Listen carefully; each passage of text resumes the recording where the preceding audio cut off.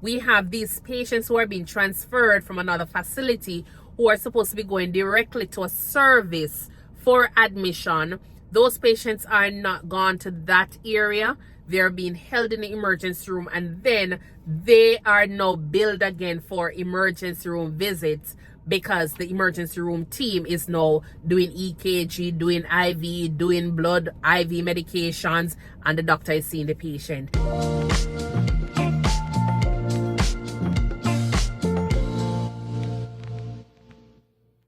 Hi everyone, welcome to the channel. Thank you so much for tuning in to the Think Nursing channel, where we discuss everything related to nursing, travel, and lifestyle. Today I'm going to give you a brief description of the hospital that I was working at, where I told you it was only 5 beds, but it was crazy some days why I quit. And I'm also going to give you information regarding the situation which led me to literally take up my resignation letter and send it off. If you haven't subscribed as yet, please remember to go ahead and subscribe to the channel. Turn that notification bell on so you can be alerted of my newly released video. Yes, and thank you so much for all the persons who have been, subscribing, and all the persons who have been contributing to the platform. I do appreciate it. So as I say, I was working at this hospital in the emergency room as a nurse, and at the time when I left the job feeling comfortable, because I know that, if I had stayed there, things weren't going to be as how I wanted it. It doesn't make sense you're working in an environment and you're feeling scared, or it doesn't make sense you're working in an environment and you're feeling as though you're the target whenever something is supposed to happen. So this emergency room that I started working at, it was only 5 beds in the emergency room. We only had 2 nurses, and that was it. It was a specialist hospital, and we deal with heart, and there was another specialty, but I'm not going to say it just to make sure, I'm not really saying exactly what the situation was. But we dealt with the heart because the heart is a pretty common. You have heart over that side, heart over this side, that are different hospitals. So, I'm trying to see if I can minimize the amount of, yes. So, we were working there, and as I said, there are days when it was like so quiet. There are days we saw 5 patients, there are days we saw 0 patients. But when we see 5 patients on a day, it's like busy. Yes, if you're thinking about 5 patients that are cardiac, it is busy, because you're thinking about having your LVAD patients being transferred there. You're thinking about all of your cardiac related problems. So if a person is having, an elderly person is having like chest pain, shortness of breath, they're having leg swelling, they're having dizziness, they've fallen, if they met in an accident, technically all of those patients are being transported to the hospital. And even when some of the patients don't really meet the requirement, the ambulance services sometimes will go ahead and still transfer because they're the closest, or probably they don't want to go to another hospital that has a longer wait time. And so we end up being like something similar to like a drop-off zone. So it was always a case where we're not staff. So we're not staff on days when we're supposed to be seeing patients. We never had a tech. We never had anybody to help with, secretarial duty. We never had anybody to do housekeeping. We were acting the role of hospital operator. So whenever there is a code on the floor, if there's a code in ICU, if there's a code in med surge, wherever it was our responsibility to go ahead and activate that. If we had the operator not being available that day or that week, then the emergency room will take on that responsibility to go ahead and do that duty. Whenever there is results that are being resulted as being positive, that needs to be called back on a patient that has been discharged, it was our responsibility. So when it comes on to like your COVID results, your flu results that are positive, cultures that are positive, gonorrhea, all of those testing, it was our responsibility to go ahead and call it in to those patients and ensure that we call their prescriptions over to the pharmacy, or just give them advice and recommendation.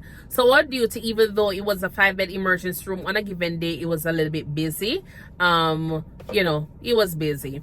The other thing is that we always have to deal with the lab, and that was always the biggest problem, because sometimes the lab technicians, they're not aware of what the expectations are in terms of emergency room nursing when it comes on to patients and triage. And sometimes even if you're seeing a patient and you decide to take a call because you're right there doing a triage, and you say, hey, can I call you back in 5-10 minutes? Sometimes they get very upset because they want to hand off a results that they consider to be emergent or very critical. And you're talking about a critical result like gonorrhea. The patient came in, was treated, discharged.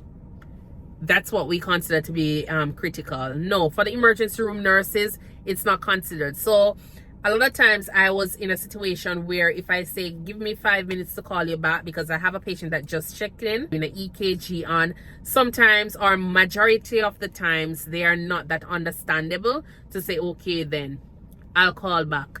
What they do instead is they call the host supervisor and start reporting that the emergency room nurses are not taking the results on these patients.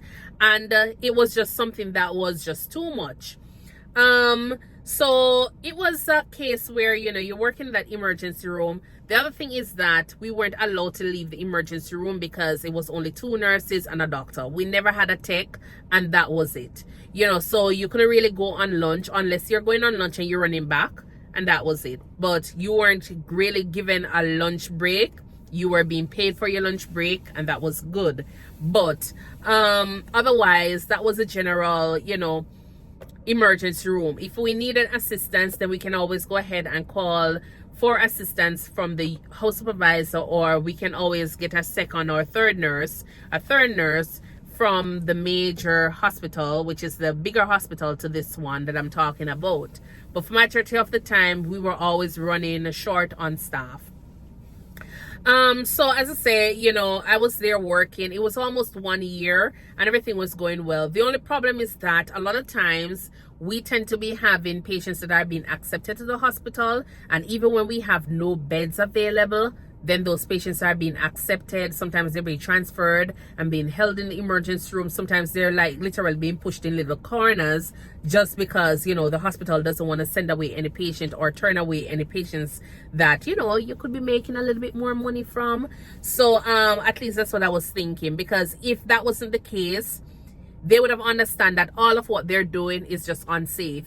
If the providers in the emergency room are feeling unsafe about the situation because they're not able to say, well, we can't accept this patient. The patients are on this thing where you consider to be an auto accept. And so even when the doctors don't know the patient, they don't know what is coming in, the patient is already on their way being accepted by a provider in the emergency room, which I just think it was just an unsafe way to do things, because you can't be accepting a patient to the emergency room, or you can't be accepting a patient and nobody is aware of what's going on. You don't even get a heads up to say, okay, then this patient who coded 2 hours ago is intubated and is on their way here. The only thing you hear is that, oh, we have a helicopter that it will be landing in 15 minutes or 30 minutes, and this is a situation with the patient, and that's when you're gonna have to try and rush to try and get some report, or if it's a case you have to rush to try and make accommodations for that patient. And as I said, this is only a 5-bed emergency room with 2 nurses and 1 doctor. So that was the situation a lot of days. Some days, as I say, we never had any beds at all, and we weren't allowed to say we're on diversion. We weren't allowed to say we're on saturation. We weren't allowed to tell the ambulance service that we don't have this bed available because the hospital is at capacity. So it was very concerning working there. But as you go along each day, because nobody died on your shift, you're saying, oh, thank the Lord. But at the same time, it's not right and you don't feel good about it. But then you're thinking of it that, oh, you have a job and this is what it is. So you just continue working. And that was the case some days. Because as I say, it became a part where everybody else was comfortable with it. Eventually, yes, even though I probably talk about it, I go ahead and make reports on it, because I don't want it to be said that, I never address the situation. If it's a case where I know that, things can be better, or I need the risk management to look into this, I constantly do a report so that way they can know that there is an actual issue here. But most of the time, nothing became of it. It's a case where it just goes into thin air, and that was it.